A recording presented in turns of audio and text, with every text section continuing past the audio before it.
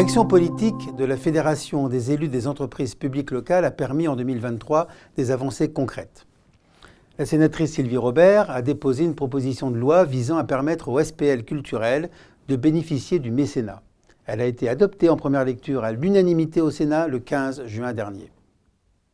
Grâce à la mobilisation de la Fédération, la loi de finances prévoit une extension de la distribution de l'éco-prêt à taux zéro à toutes les entreprises publiques locales de tiers financement.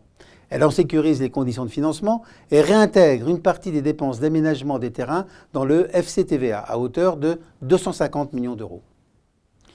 Par ailleurs, des propositions concrètes sur la création d'outils opérationnels au profit des entreprises publiques locales ont été faites dans le cadre de la loi ZAN en juillet et de la loi Industrie verte en octobre. Ces sujets ont fait l'objet de nombreuses rencontres avec les membres du gouvernement et du Parlement. Enfin, la Fédération a été auditionnée et a remis une dizaine de contributions écrites dans le cadre de missions d'information parlementaire et d'élaboration de textes législatifs sur de nombreuses thématiques. La rénovation du bâti scolaire, les transitions écologiques ou encore la gestion durable de l'eau. En cette année 2024, la mobilisation continue.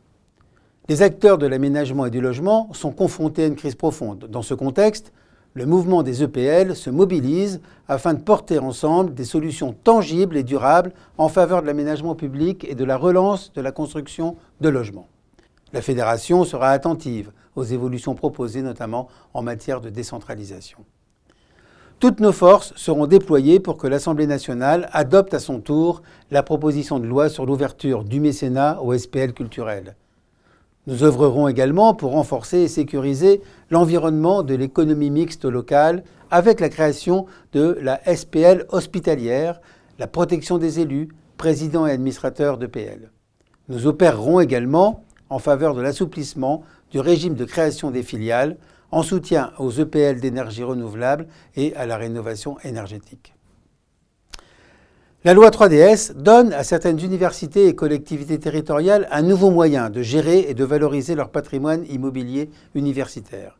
La Fédération continuera à agir pour le développement des premières sociétés publiques locales universitaires.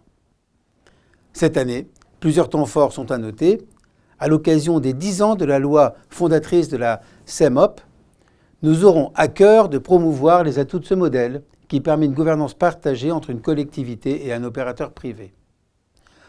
En étroite relation avec SGI Europe, la Fédération suivra de près le renouvellement du Parlement européen et de la Commission européenne. Du côté des Outre-mer, tous les acteurs de l'économie mixte se retrouveront du 25 au 29 novembre en Guyane pour échanger sur le thème « Anticiper, accompagner et innover, l'économie mixte ultramarine en action ».